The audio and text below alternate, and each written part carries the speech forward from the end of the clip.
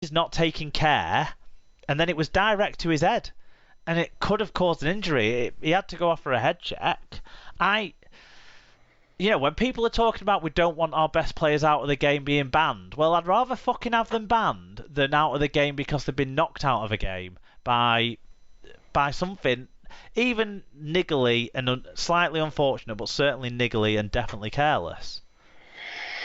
Yeah, for me, I don't disagree with your kind of reasoning behind that, because Watts had literally just been caught out, hadn't he? The break had been made kind of in his kind of defensive gap, and that's not the first time it's happened this year where he's looked a bit ploddy in defence. So he was probably a bit hacked off at his effort in kind of in the line break. The Faraimo one, right? I agree with what you're saying at first viewing, that it just looked as clumsy as much as anything else, and it was kind of like, what could he do?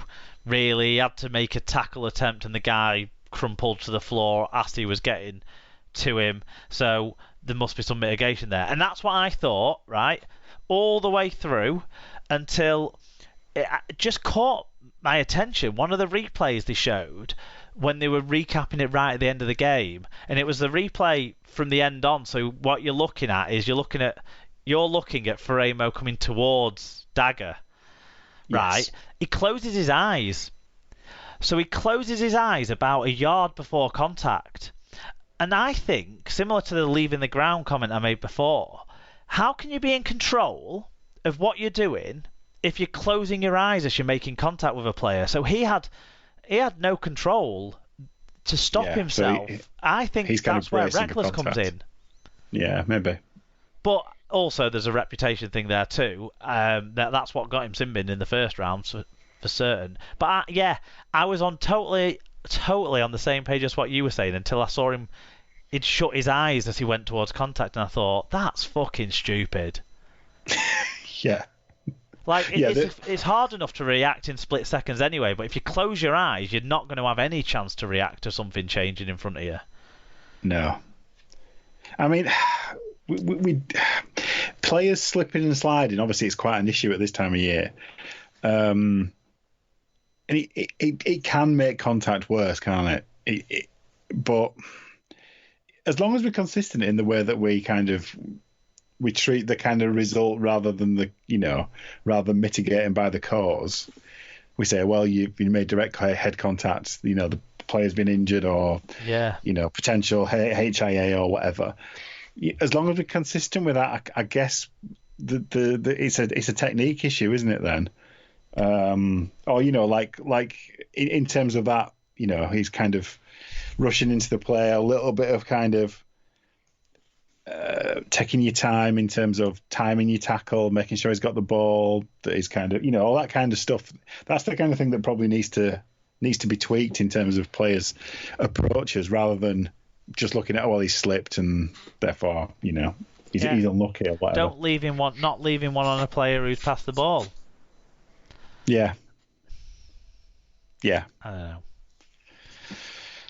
But yeah, interesting. We had different views on that. Do we have any different views about the rest of the way the game went? Let's talk about Cass first, because the cards will have had an impact, won't they? And fatigue and the back end of the game after they had to work so hard when they were down to 11 and 12 for times as well. But weren't they hurt more by being shit than being down men? Honestly, who said that they didn't recognise Cass and it wasn't just because of the kits? It was David Hunter. Yeah, I completely agree. Who is this team? This is not a Castleford Tigers team. This is not a classy Cass. But this does come down to coaching and approaches, and you get what you recruit, and they've recruited somebody who is he's not the most innovative or exciting coach you're ever going to see. But that lack of excitement has really filtered its way through quickly to this playing group, I think, because that's the one one difference I can notice at Wigan this year, right, is there's an enthusiasm and excitement for the players to play for each other, to back up, to trust the other guy to do something, and do something off the back of that. But there's none of that in this cast set. I had no excitement or enthusiasm to play with each other or for each other. No one's pushing up to support ball carriers. The pivots are getting the ball and just passing it to someone else without even trying to engage defenders or anything like that. They're just thinking someone else can try and do something with it. That's what I'm seeing when I watch Truman and McShane and O'Brien at the moment. It's not taking charge of the team. And to say this, particularly about Paul McShane, it's really kind of confusing my head because he's had so much enthusiasm and inventiveness, hasn't he? Yeah. He's always, he's been so eyes up and picks the right play, and such an intelligent player who scans the field at dummy half and runs at the right time, kicks at the right time, passes at the right time. But it just seems like no matter how many fast player the balls they get, because I think they got plenty of them in the first half, it felt like to me, he just throws it a wide pass to a halfback every time almost. Every time when he's at sort of halfway line, any time behind that, it's a pass to a prop. There's nothing happening at all. No, they look devoid of ideas. They look they look a long way away. I said Leeds don't need to panic after losing 3. As a Cast fan, bad. Well, they're in bad shape. And there's Simon there. He's questioning the coaching already. It's the attitudes aren't going to change quickly, are they? With this, and they're going to be missing some players again for some games. That's not going to help them get back on the train, is it? No. I don't know. Let's and the goal line defence as well. The Sam Wood second try, was it, where he just kind of reached around Alfertz without any kind of effort? And Alfertz has been one of the better players for Cast this year. I think he's had more carries than anyone else. You can't say he's not trying hard. And then the Takarangi one at the end. I mean, I guess the game was done, but yeah. They're in a lot of trouble. But KR did KR things and kind of it wasn't coming off early on, which is why they ended up behind. But they didn't panic. They kept playing the way that KR want to play, and ultimately it came off, didn't it? Well, the try just before half time was kind of exemplifying that, wasn't it? With the offload from Takarangi, Mikey Lewis popping up around the ball with a great little pass to Sam Wood. Yeah, but and then in the second half it was just one-way traffic. Yeah, it felt like KR were just running over them at will. So, yeah. Parcell was good, wasn't he? As well as Lewis, as well as Wood. I think. Parcell was good. Yeah, shows on the stat sheet, but performance-wise, definitely. Yeah. I am surprised no one mentioned Lewis for England training squad place, because like we were saying, Sky are certainly giving him lots of nicknames, and I think the carving knife has to be the favourite of them options, though, doesn't it? Yeah, maybe it was a bit of a straight choice between him and Dodd for the 30, but he's playing well. But he was playing a lot of Championship rugby last year as well. So yeah, he's kind of he's improving exponentially, really. And his time will come, but he's playing very well at the moment. I don't think Barry will try and pull off the baldy edge in a live game on Sky, but he might try some other ones that we talk about. Well, there's a challenge for him. There you go, Bazza. But we'll stick with the carving knife for now. Yeah. Okay, there was another game on Friday night. It saw champions St Helens hosting Wakefield, who have been kind of an unlucky side to be losing this year.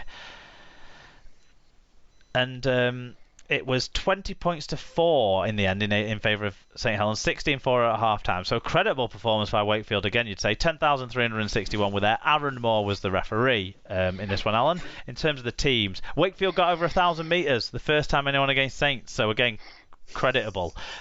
St Helens still outgained them though by 365 metres and made ground at 1.9 metres per carry better average gain.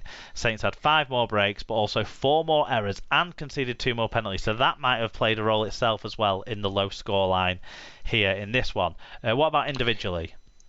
Yeah, so Morgan Knowles had 40 tackles, 11 of which were for marker. Tommy Makinson with a try assist, 7 tackle busts, 171 metres and 2 clean breaks. Sione Mitautier with 141 metres and Conrad Hurrell with 113 metres. For Wakefield, it was Tom Johnson with a try and 179 metres. We've got a few fan views in on this one. We'll start with @MikeWeb58. He said, impressed with Trin. Came to play an open game and made clean breaks against Saints' notoriously mean defence. Jacob Miller outstanding. All that said, Saints were clunky in attack, but their last 4 games, only 4 tries and all from kicks. A lot mentioned about defensive line speed, but at times Wolf Ball version 3 speed of passing is unplayable. Callum Percy. Unfortunately, I didn't get to watch any of the games this week because I was getting some overtime in. But it was sad to hear the news that a few St Helens fans spat in one of my mates' face at the game. I don't normally comment on stuff like this, but this is really hate. It's just being like a coward. Yeah, it's not great to hear. Nasty. I hope his friend's all right, and maybe it's something to report to the club, and they can look into the St Helens, see if they've got any footage of that or anything. St David said, well played Wakefield. Jowett and Miller were live wires and never stopped prompting and probing, and Tom Johnston's speed had Saints' right edge very worried. Made Saints work very hard for the win, but win they did. Onwards. Alan. Yes. Stats and highlights. Don't tell me the game that those 2 St Helens fans told me happened. Well, what did you see? Well, I saw right edge defence needed a lot of work for Trinity. Obviously, there was some new parts in there, and it wasn't helped by Tom Lynham going off early and Liam Kay coming in. Tom Lynham, by the way, set for a couple of weeks on the sidelines after suffering an injury very early on in that game. But yeah, certainly first off from the highlights, it just looked like Saints destroyed that edge, and not all of the tries were through classy play. I mean, there was some classy play. The Makinson made a break, didn't he, past Kay and then chipped it back inside, perfectly timed, perfectly delivered for Percival to take it and score. That was classy play. But some of the other ones look quite easy. Yeah, I mean, obviously, I've only seen the highlights as well. It seemed like they were quite dominant in terms of possession, field position, etc. But yeah, Wakefield obviously did some things right. Getting over 1,000 metres is quite an achievement against this Saints side. What was it? The other 2 got less than 750. Yep. So yeah, that's kind of that's a step above, and there is something about which means they've made more than 25% more meters. Yeah. And maybe there is a bit of edge speed. Is maybe speed around the edge is the way to go against Saints. I don't know. There's probably something in it, and maybe a team that's slightly better stacked than Wakefield could actually have some success there potentially. But yeah, obviously the effort wise, it sounds like Wakefield put in a good performance, not that dissimilar to Huddersfield perhaps. But yeah, they're obviously there's obviously a better team in Saints, but yeah, there's obviously credit in the performance. One of the stats that I sort of measure is what I call positive plays and what I call negative plays, right? And positive plays are your tackle busts, your clean breaks, your successful offloads, right? And your negative plays are your missed tackles, your errors, your penalties, that sort of stuff. Yeah. And Wakefield actually, when you like add up your positive plays and then take away your negative plays from them, are actually second in differential of positive negative plays so far this year, just behind Warrington actually, who are leading the way from the stats that I've got from the Super League website anyway. So that actually says that Wakefield should feel really hard done by to be in the position they're in at this stage. Perhaps so. Perhaps so.